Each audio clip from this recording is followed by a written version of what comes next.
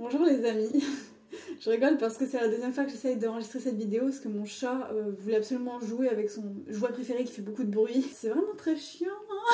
Aujourd'hui j'avais envie de partager avec vous mes meilleurs conseils en fait pour la fatigabilité quand on est dans le spectre autistique ou non, hein, même de manière générale quand on est hypersensible, qu'on a facilement tendance à être épuisé voilà, de par notre sensibilité. Je pense que c'est vraiment la question que je reçois le plus souvent. Il y a toujours une personne parmi vous qui va me dire mes anges, c'est quoi tes conseils pour la fatigabilité? Moi, dès 11h, je suis épuisée, je pourrais arrêter ma journée parce que j'ai juste envie de dormir, me reposer, voilà.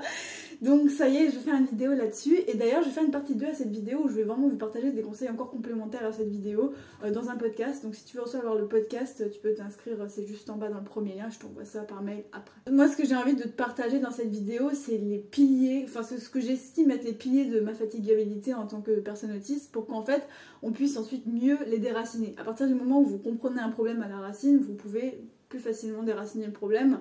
Donc c'est pour ça que j'avais vraiment envie de souligner sur vraiment les racines et pas les faux problèmes ou les boucs émissaires qu'on pourrait désigner pour notre fatigabilité au quotidien. Alors déjà, de quoi est-ce qu'il est question quand on parle de fatigabilité dans l'autisme? Il faut savoir que pour moi, c'est pas la même chose d'être fatigué en tant que neurotypique, hein, en tant que personne ou personnaliste non autiste, et être fatigué en tant que voilà, personne avec TSA, pour moi c'est pas la même chose parce que la fatigue c'est un truc qui concerne un peu tout le monde. Voilà, tout le monde, voilà, moi je parle avec des gens de mon âge, de tous horizons, tout le monde me dit oh, je suis tout le temps fatiguée, c'est vraiment un truc hyper fréquent, j'ai l'impression, je sais pas si c'est un truc de notre époque ou pas, j'en sais rien, mais la fatigue, voilà, je vois passer sur YouTube des dizaines et des dizaines de vidéos sur comment arrêter d'être fatigué H24 dans sa vie, blablabla. Donc c'est vraiment pas un truc rare. Mais ce qu'il y a de spécial avec le TSA, c'est qu'en fait on a des traits autistiques, on vit avec des traits autistiques qui vont littéralement nous aspirer toute notre énergie en fait beaucoup plus qu'une personne normale. Par exemple, tout ce qui va être dans les difficultés sociales, le fait qu'à chaque fois que vous allez converser avec quelqu'un, votre cerveau va se mettre en hyperactivité parce que vous devez surtout pas dire une connerie, vous devez dire le bon truc au bon moment, vous devez capter les signaux sociaux qui sont pas forcément faciles à décoder. Enfin bref, votre cerveau il va aspirer un max d'énergie et ça c'est terrible parce qu'en fait le cerveau fait partie des organes qui bouffent le plus d'énergie dans le corps. Donc si vous passez votre temps à réfléchir comme ça, à comment je dois réagir avec telle ou telle personne ou ceci ou cela, forcément vous allez être plus fatigué plus facilement. Ensuite il va y avoir tout ce qui est hypersensibilité sensorielle. Quand vous sortez et que vous êtes très sensible au bruit, que le moindre bruit de moto vous fait un choc en fait dans la tête ou dans le corps, forcément ça va aussi vous drainer au bout d'un moment. J'ai pas parlé aussi du fait que si vous avez des difficultés à vous organiser au quotidien, vous avez peut-être aussi un TDAH en plus de votre autisme, etc. Vous allez avoir aussi beaucoup de mal peut-être à rassembler vos esprits pour pouvoir faire une journée correcte, c'est-à-dire voilà, faire tout ce que vous aviez prévu de faire, bien vous organiser au fil de la journée, ne rien oublier, etc. Et si vous passez votre temps à oublier et à mal vous organiser, ça peut aussi vous drainer beaucoup d'énergie. Et ensuite le dernier truc, c'est évidemment le sommeil. Les personnes autistes ont souvent du mal à s'endormir. Moi c'est un problème que j'ai réussi à régler dans ma vie. Oh, alléluia. C'est un truc vraiment que voilà, un problème que j'ai pu avoir par le passé mais que j'ai réussi à régler, c'est pour ça que j'avais fait un atelier sur ce sujet là. Voilà, mais la plupart des personnes autistes ont du mal à s'endormir et d'ailleurs à l'époque où j'avais fait mon diag, on m'avait prescrit de la mélatonine parce que je me plaignais justement de mes difficultés à m'endormir à l'époque. Donc forcément, mal dormir égale être plus fatigué dans la journée, blablabla. Vous vous rendez compte qu'en fait, tous ces facteurs-là sont pas censés être présents chez les personnes neurotypiques, ou alors elles sont présentes, mais bien moins fort, en fait, c'est beaucoup moins conséquent. En fait, moi, ce que je me suis dit, c'est... mes anges, attends, s'il n'y avait pas cette fatigabilité dans ta vie, qu'est-ce que ça te permettrait de faire en plus? Moi, c'est la question que je me suis posée à la base. Et en fait, je me suis rendu compte que déjà, être moins fatiguée, c'est faire plus d'activités dans mon quotidien qui contribuent à mon bonheur. Parce qu'en fait, ce qu'on va faire quand on est facilement fatigable, on va concentrer le peu d'énergie qu'on va avoir dans une journée sur les trucs vraiment importants à faire de façon urgente. Par exemple, aller au travail, par exemple, aller faire les courses, faire le ménage, faire à manger, s'occuper éventuellement de vos animaux ou enfants si vous en avez. Voilà, ça c'est urgent, il faut que ce soit fait, donc je vais concentrer toute mon énergie là-dedans. Mais une fois que je l'aurai fait et que j'aurai épuisé tout mon stock d'énergie, bon j'aurai juste envie de dormir ou de me reposer, glander sur Insta ou ce genre de choses-là devant Netflix. Le problème, c'est que moi, il y a plein de trucs que j'aime faire qui rentrent pas dans ces catégories-là, et notamment mes passions, les trucs qui m'intéressent, lire un livre, tous les trucs qui me passionnent dans la vie de tous les jours et qui n'ont pas de rapport avec le travail ou avec les tâches ménagères, tout simplement. Et je me dis, bah si j'étais moins fatiguée au quotidien, il me resterait de l'énergie pour ça. Donc j'aurais plus d'activités qui contribuent à mon bien-être et à mon bonheur en général. Donc je serais plus heureuse dans la vie en fait. Ensuite, être moins fatiguée, c'est aussi moins de stress social et moins de conflits avec les gens. Parce que par définition, quand on est fatigué, notre cerveau il va être moins opérationnel. Et donc, quand vous allez être avec des gens pour socialiser, hein, voilà, bah forcément, vous allez être stressé parce que vous n'allez pas vous sentir capable d'affronter en fait, l'effort que c'est de socialiser avec les gens parce que vous êtes déjà fatigué. Donc ça va engendrer du stress. Et en plus, comme vous êtes plus irritable parce que bah, voilà, vous êtes fatigué, etc., vous pouvez engendrer des conflits avec vos proches alors qu'en fait c'était juste voilà, parce que vous étiez fatigué et vous aviez moins de patience. Ensuite, être moins fatigué, c'est aussi avoir plus de clarté mentale. Et je pense que c'est vraiment important d'avoir un esprit clair, en fait, tout simplement, pour pallier à tous les défis qu'on peut vivre en tant que personne autiste. Quand, par définition, vous devez surmonter des défis que vous pouvez avoir dans la vie de tous les jours, comme comprendre des consignes qu'on vous donne un peu de façon implicite, essayer de voilà, faire du small talk avec des gens, pour faire tout ça, qui peut demander beaucoup d'efforts à une personne dans les TSA, bah, il faut avoir de la clarté mentale, il faut avoir de l'énergie mentale, et forcément, si on est fatigué, bah, tout ça, ça part un peu à la trappe, quoi. Et ensuite, le dernier truc, quand on est moins fatigué, bah, on est moins stressé. Voilà, la fatigue engendre du stress. Enfin, je sais pas pour vous, mais moi, je sais que quand je suis fatiguée, je suis beaucoup plus facilement stressée et je me laisse beaucoup plus, en fait, happer par des pensées qui sont, bah voilà, anxiogènes. Je suis beaucoup plus faible face à ça. Je me sens pas capable, en fait, de surmonter mes problèmes d'anxiété, tout simplement. Alors maintenant, je vais vous parler un peu des fausses solutions par lesquelles j'ai pu passer parce que forcément, quand on essaye de trouver des solutions, bah voilà, il y a des solutions qui vont être vraiment très bien, il y en a d'autres, on va penser que c'est bien, mais en fait, sur le long terme, on va se rendre compte que c'était peut-être une connerie ou pas forcément une vraie solution. Et j'avais envie de vous présenter, moi, le cheminement que j'ai eu et les trucs que j'ai testés et qui n'ont pas marché sur moi pour peut-être vous éviter les mêmes problèmes. Alors, la première erreur que j'ai faite, c'était de me dire, bah voilà, je suis autiste, donc je suis fatalement fatiguée. Voilà, il n'y a rien à faire, c'est comme ça, je suis autiste, donc je suis quelqu'un de fatigué, on peut rien y faire. Bon, l'idée de la fatalité, hein, vous avez compris. Et le problème, c'est que déjà, c'est pas vrai. On peut être autiste et être en bonne forme, être en bonne santé, être heureux dans la vie. Et vraiment, j'ai eu un moment sur le groupe Facebook, si tu veux nous rejoindre, deuxième lien dans la description, sur Facebook, une personne, une fois, m'a demandé, c'était une maman, je pense, d'un enfant autiste, qui m'a dit, mais Maison, est-ce que c'est possible d'être autiste et heureux? Un peu comme si c'était un truc un peu...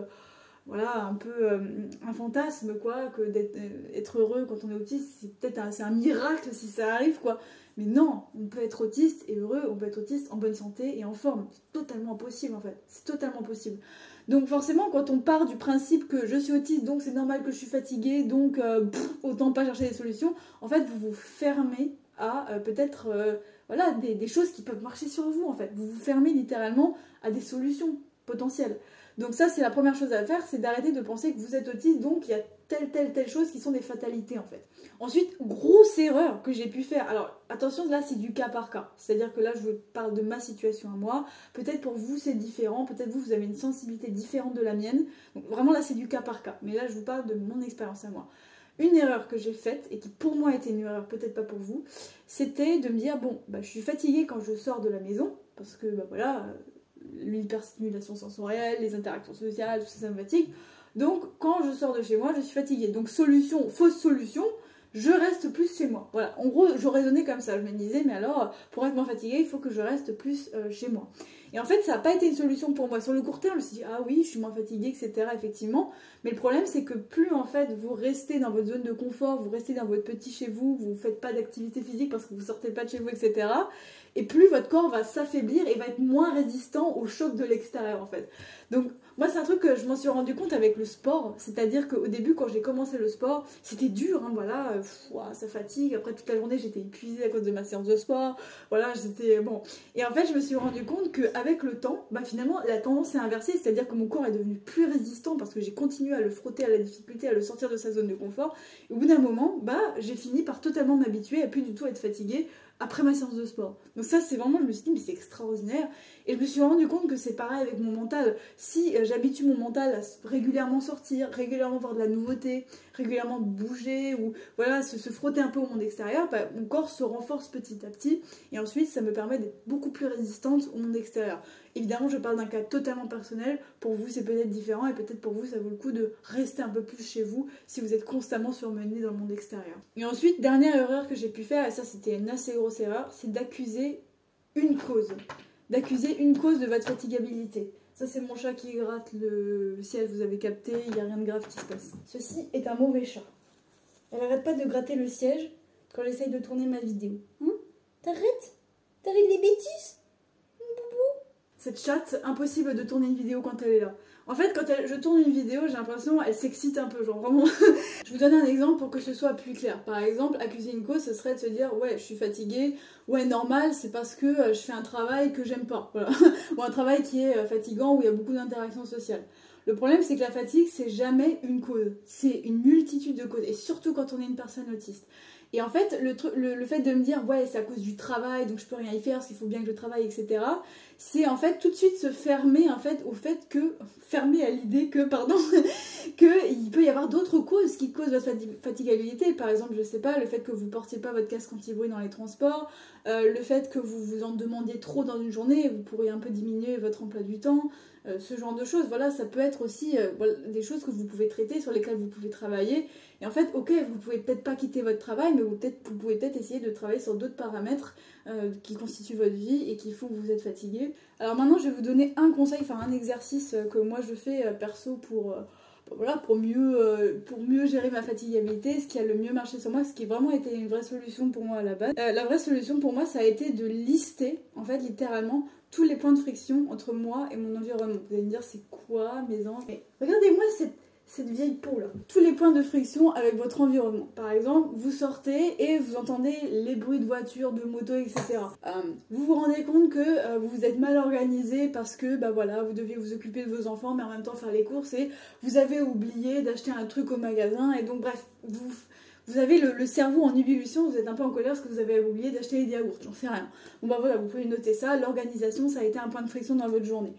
Vous avez croisé le voisin dans l'ascenseur de votre immeuble et vous n'étiez pas à l'aise, vous avez essayé de discuter avec lui mais en même temps c'était gênant, enfin bref, point de friction, vous pouvez le noter dans votre liste. Et en fait, le but c'est d'avoir la liste la plus exhaustive possible. Alors je sais qu'on n'a jamais toutes les raisons, voilà, c'est... Bon, mais le but c'est vraiment d'avoir le plus de raisons qui sont listées dans votre liste. Bon les amis, j'ai littéralement enfermé mon chat dans une pièce, je fais jamais ça, mais là, il fallait vraiment que je termine ma vidéo. Fallait vraiment que je termine ma vidéo, elle me saoulait avec ses jouets qui font du bruit, enfin bref. Vous voyez, ça c'est un point de friction par exemple, c'est un vrai point de friction que je pourrais rajouter dans ma liste. Donc une fois que vous avez votre liste, vous allez pouvoir, pour chacun des éléments que vous aurez notés, trouver un départ de solution. Vous n'allez pas forcément trouver la meilleure solution, mais vous allez trouver des départs de solution.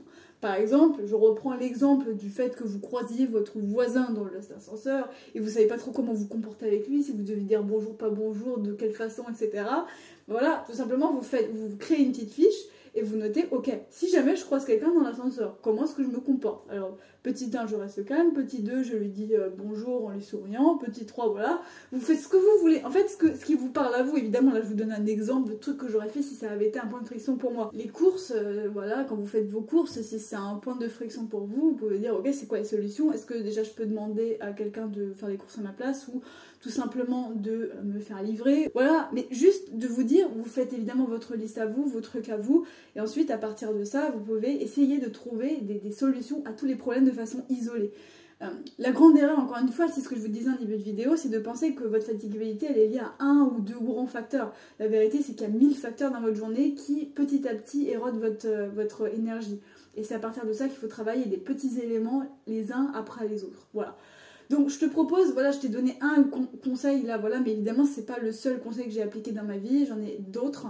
Et je te propose de te partager ça dans mon dernier podcast que tu peux télécharger en allant dans le premier lien dans la description. Et sinon, si tu veux commenter la vidéo ou participer aux échanges avec la communauté, tu peux aller dans le deuxième lien dans la description, voilà. Et c'était tout pour cette vidéo. Salut!